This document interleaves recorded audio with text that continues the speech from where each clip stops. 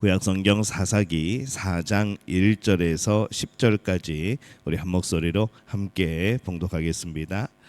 에훗이 죽으니 이스라엘 자손이 또 여호와의 목전에 악을 행하매 여호와께서 하솔에서 통치하는 가나안 왕 야빈의 손에 그들을 파셨으니 그의 군대 장관은 하루셋 학고임에 거주하는 시스라요. 야빈 왕은 철병곡 900대가 있어 20년 동안 이스라엘 자손을 심히 학대하였으므로 이스라엘 자손이 여호와께 부르짖었더라. 그때에 라빠도세 아내 여신자 드보라가 이스라엘의 사사가 되었는데 그는 에브라임 산지 라마와 베델 사이에 드보라의 종려나무 아래에 거주하였고 이스라엘 자손은 그에게 나아가 재판을 받더라. 드보라가 사람을 보내어 아비노함의 아들 바락을 납달리 게데스에서 불러다가 그에게 이르되 이스라엘 하나님 여호와께서 이같이 명령하지 아니하셨느냐? 너는 납달리 자손과 스불론 자손 10,000명을 거느리고 다볼산으로 가라. 내가 야빈의 군대 장관 시스라와 그의 병거들과 그의 무리를 기손강으로 이끌어 내게 이르게 하고 그를 내 손에 넘겨주리라 하셨느니라. 바락이 그에게 이르되 만일 당신이 나와 함께 가면 내가 가려니와 만일 당신이 나와 함께 가지 아니하면 나도 가지 아니하겠노라 하니 이르되 내가 반드시 너와 함께 가리라. 그러나 내가 이번에 가는 길에서는 영광을 얻지 못하리니 이는 여호와께서 시스라를 여인의 손에 파실 것임이니라 하고 드보라가 일어나 바락과 함께 게데스로 가니라. 바락이 스불론과 납달리를 게데스로 부르니 10,000명이 그를 따라 올라가고 드보라도 그와 함께 올라가니라. 아멘. 할렐루야. 하나님의 은혜가 오늘 새벽에 하루의 첫 시간을 주 앞에 드리는 우리 믿음의 가족들에게 함께 하시기를 예수님의 이름으로 축원합니다. 오늘 말씀은 이 드보라와 바락 사사 이야기의 도입 부분이 되어집니다.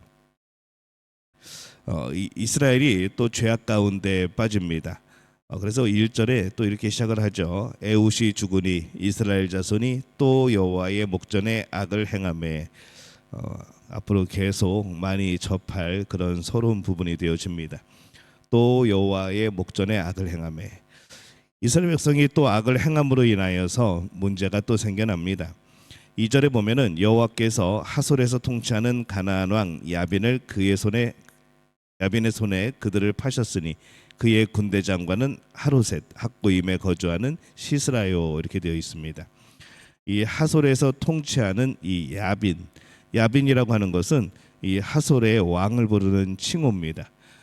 애굽의 왕을 부르는 칭호가 바로 이듯이 하솔에서 통치하는 왕을 부르는 칭호가 야빈이라는 칭호이죠. 이스라엘을 침략하였습니다. 그리고 지배합니다. 20년 동안 지배를 합니다. 이 문제가 커지게 되어지죠. 근데 문제가 커지면은 이 사람들은 그 문제만 보는 경향이 있습니다. 문제가 너무 커서 풀 수 없다고, 문제가 너무 커서 이건 어려운 거라고 그렇게 말을 하죠. 근데 이스라엘의 진짜 문제는 무엇이었는가? 이 하솔의 왕 야빈이 쳐들어온 게 문제가 아니라 진짜 문제는 이 이스라엘 백성들의 악 때문에, 그 죄 때문에 여호와께서 그들을 파셨으니 라고 하는 이 말씀처럼 하나님의 심판이었던 것이죠.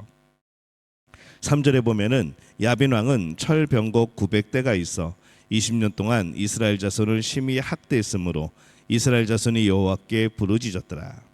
철병곡 900대를 가지고 있었다라고 기록을 합니다. 최근 고고하게 발견에 의하면은 이 하솔은 성경 시대에 지어진 성 중에서 가장 큰 성이었다고 전해지고요. 또 하솔의 최고 전성기가 언제였던가? 이 바로 여호수아와 사사기 시대, 이 시대에 그들이 정말로 강성했던 그런 시대입니다.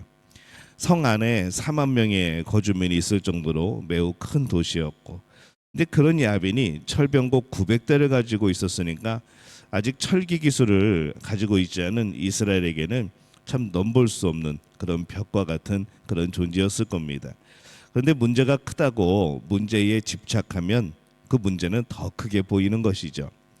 신앙인은 분명히 기억해야 되는 것이 있습니다. 하나님은 전능하신 분이라는 겁니다. 문제가 아무리 커도 사실 문제의 크기는 문제가 되지 않습니다. 항상 문제는 이스라엘의 죄였던 것이죠. 이 야빈의 공격도 이스라엘의 죄가 없었다면, 그들이 우상을 섬기고 그들이 하나님 목전에 악을 행하지 않았더라면 이 없을 그런 문제입니다.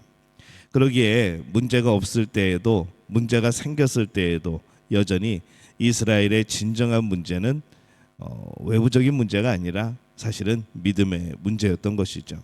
죄의 문제였던 겁니다. 아주 강한 적 야빈의 지배에서 이스라엘을 구하기 위해서 하나님께서 또 일하십니다. 말씀에 4절에서 5절에 보면은 그때에 라피도세 안에 여선지자 드보라가 이스라엘의 사사가 되었는데, 그는 에브라임 산지 라마와 베델 사이 드보라의 종려나무 아래에 거주하였고 이스라엘 자손은 그에게 나아가 재판을 받더라, 이렇게 말씀을 합니다. 여선지자 드보라를 하나님이 부르십니다. 이 드보라는 여성이죠. 여선지자로 백성의 재판을 담당하면서 하나님의 역사하심 가운데 그가 또 쓰임을 받습니다. 당시에 드보라는 여성이었기 때문에 이 군대 장관이 될 수가 없었습니다. 하나님께서 그런 여인을 또 들어 사용하시죠. 아마 이스라엘 백성의 생각을 바꾸시기 위한 하나님의 계획이라 생각이 듭니다. 강한 이 야빈을 이기기 위해서 하나님께서 더 강한 사람과 무기를 사용하실 것 같은데, 그렇지 않고 당시에 가장 연약하게 여겼던 사람들 중에 또 하나님의 말씀을 가장 잘 전하는 선지자를 통해 이 하나님이 일하시는 겁니다. 이 드보라는 바락을 군대 장관으로 부릅니다. 그는 하나님의 말씀까지 알려주면서 부르는 거죠.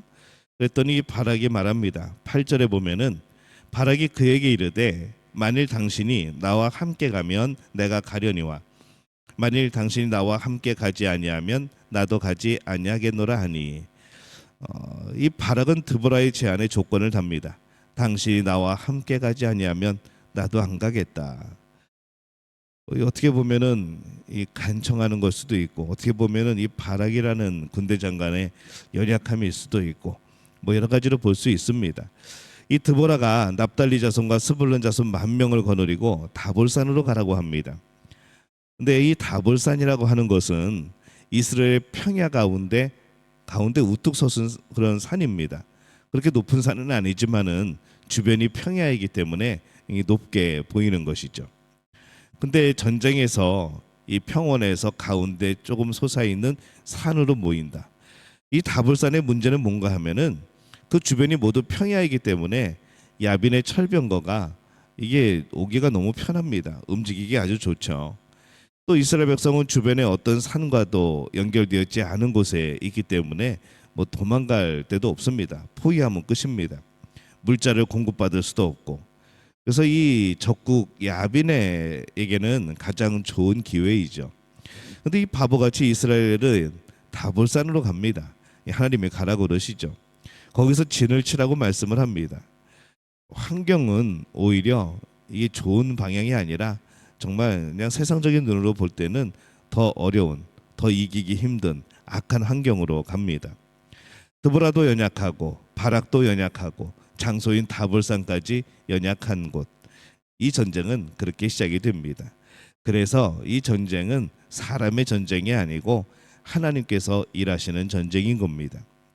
하나님이 일하기에 아주 좋은 환경인 것이죠. 그래서 영웅이 아니라, 그 영웅이 사람이 아니라 그 영웅은 하나님이시라는 것을 드러내는 그러한 환경입니다. 하나님께서 이스라엘을 구원하시는 분이십니다. 하나님께서 이 일의 주인공이신 거죠. 강한 나라 하솔이 이스라엘을 침략하였고 지배합니다. 하솔이 강해서가 아니라 이스라엘이 약하여서 하나님께서 이스라엘을 심판한 겁니다. 드보라와 바락과 이 전쟁터인 다볼산이 나옵니다. 아주 모두 불리한 조건들이죠. 그러나 그래서 하나님께서 이 전쟁의 주인공이심이 더 분명하게 드러나는 그러한 전쟁입니다. 우리가 살아가면서 우리는 이런 상황과 참 많이 마주칠 때가 있습니다. 나도 약하고 나를 돕는 이들도 약하고 상황은 더욱더 약하고, 그래서 뭔가 아주 나에게 불리한 조건들이 있죠. 여기서 어떻게 해야 되는가? 그럴 때 우리는 하나님을 바라보는 겁니다. 그때가 하나님이 일하시기에 가장 좋은 때이고 그 모든 일들 가운데 정말 승리하고 모든 것을 헤쳐나왔을 때 우리는 마음껏 하나님이 하셨다고 고백할 수 있는 이제 그런 환경이 되어지는 겁니다. 적이 강하고 내가 약함을 두려워하지 마시기를 바랍니다. 오히려 하나님이 주인공으로 더 드러나기 좋은 환경입니다. 아무리 적이 강해도 하나님이 허락하지 않으면 안 되는 겁니다. 나를 무너뜨릴 수 없습니다. 그래서 우리가 하나님을 온전히 의지하고 이 모든 역사의 주인공 되시는 하나님을 온전히 바라보게 될 때에 우리는 그 연약함 속에서도 불구하고 하나님의 강하심으로 우리는 승리하게 되어지는 것이죠. 오늘 이 말씀을 통하여서 우리의 삶이 그랬으면 좋겠습니다. 나는 약하지만 우리 하나님은 강하시다. 이 믿음을 가지고 오늘도 하나님을 믿고 의지하고 신뢰하는 그런 복된 우리 믿음의 가족들이 되어지시기를 예수님의 이름으로 축원합니다.